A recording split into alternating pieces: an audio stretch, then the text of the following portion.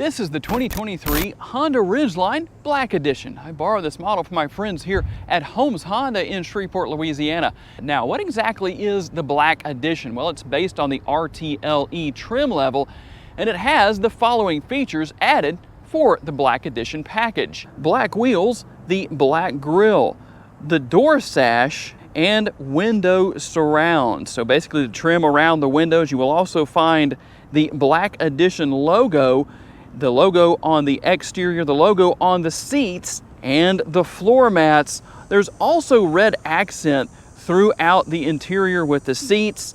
You will also find red ambient lighting as well. I can't really show you that as well today because it's such a beautiful, bright, sunny day.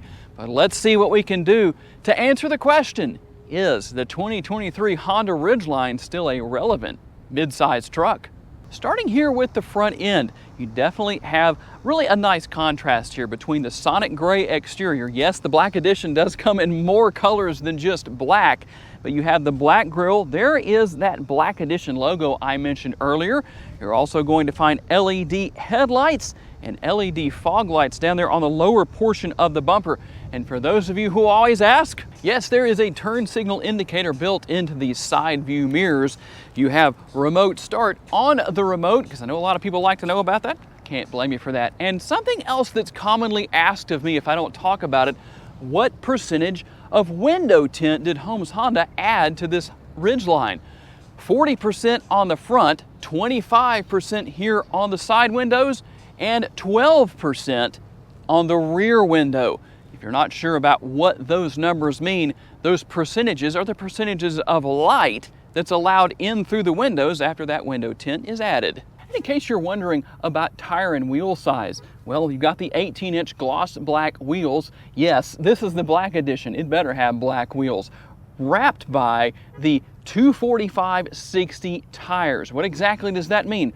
245 is the width and 60 is the sidewall size right here. And that's really important because it's a nice tall sidewall. That contributes to great ride quality, not wide quality, but ride quality. Let's get that straight. In addition to the independent rear suspension, giving the Honda Ridgeline the best ride quality of any mid-size truck on the road today. And how about under the hood? Well, you only have one engine option, but it's not a bad one. It's the 3.5 liter Honda V6, putting out 280 horsepower and 262 pounds-feet of torque, mated to a 9-speed automatic transmission. The only way you can get this truck as of 2021 is all-wheel drive. That's right, front-wheel drive is no longer an option. So if that was something you didn't like, you don't have to concern yourself with that anymore.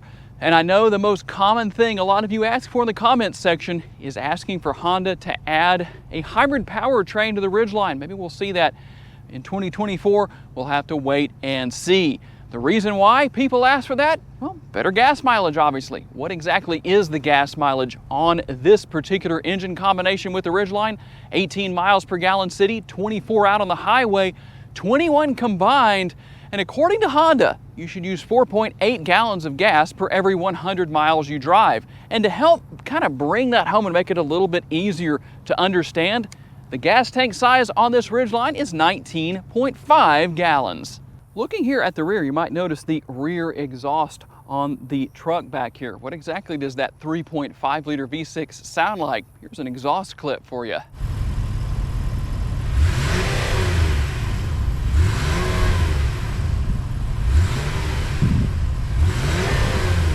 One of the most unique and useful aspects of the Ridgeline is found right here with the bed. And your tailgate does open as a traditional tailgate, but something you might notice if you haven't seen one of these Ridgelines before, if you walked up and you looked here on the top of the rear bumper, you'll see the word that says release. And in case you're trying to figure out exactly what that means, well, right above that area is, well, a release. And that allows you to open the tailgate just like I just did right there. And that gives you access to something that is one of the greatest multitasking options that I think keeps the Ridgeline very relevant as a mid-size truck. It's the bed trunk. That is lockable, by the way, in case you keep something you don't want people getting to in there. The bed trunk is a great multitasker. You can store things in there. You can actually partition it off. There are partitions available to help with that. You can fill it with ice and use it as the literal ultimate tailgating truck. You can take this, and when people say that's not really a truck, like they often say in the comments section on YouTube, because they've heard other people or read other people's comments and said that, they've never owned a Ridgeline, but they don't really know that it is a real truck. Anyway, we won't go too far into that. There is so much option here that you can use this for. You can clean your dirty gear off at the end of the day after you've been out hunting or playing in the mud or just on the work site, on the job site. This is an all-wheel drive truck, so it'll go a lot of places that some other trucks won't go as easily. And the good thing is when the ice melts down or you get this area dirty down here with the bed trunk, there is a built-in drain plug. You can clean everything out, drain all your water. That's great. Here is something that is really important. You also have access to your spare tire and all the tools to change a tire back here in this area. There's a tray that you pull out and you'll put it in place here with some notches that are on the rear of the bed trunk. Real important trick here. The tray bolts that you remove to make this possible to pull the tray out. When you put those back in, make sure they're just finger tight. Don't pretend like your hand is a torque wrench, because next time you need to remove the tray bolts, you're going to pretty much need a pair of pliers to break them loose. And then in addition to that, obviously, well, it has all the typical features and functionality of a truck bed. It's another common comment I receive is people say, hey Honda, how about a 6-foot truck bed? Keep leaving those comments, guys. We don't know for sure what we're going to see in the future. Maybe that will come. But there is a lot of space here, a lot of functionality. You've got some tie downs. You also have extremely low fender wells. They don't come up near as high in this bed as they do on most trucks, which means you have a lot of options for stacking plywood or whatever sheetrock that will fit, whatever it might be. It's all going to fit differently than what it will in a traditional truck. Also, you have the built-in bed speakers on this trim level and a built-in power outlet. And the good thing, at night you've also got the in-bed lighting. Quite a bit here that I believe really does help to keep this truck relevant and even give it some functionality that you won't find on other trucks. And here in the back seat, there is quite a bit of room. The passenger side seat is quite far back, so you can see I still have some space. I don't know how long I'd be comfortable like this, but I do have a reasonable amount of head space. That's good, and that seat can obviously move forward. And you have a really big, let's see if I can get it out here. There we go, we're gonna do it in one take. A very wide fold down armrest, got the cup holders built in here, even a little bit of space for your snacks back there behind the cup holders. And the good thing about it, if you're cruising down the road one day or you're out doing whatever you need to do and you think to yourself, man, it's starting to rain, I don't want to get my important cargo wet. If it'll fit back here, these seats, the seat cushions themselves fold up and out of the way.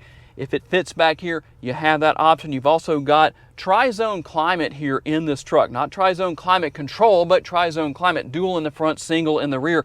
It's not adjustable back here, but not a big deal, I don't think. But you've got your dual air conditioning vents. You also have dual USB ports down there. Tell Honda down in the comments section, would you like to see a third USB port option added back here?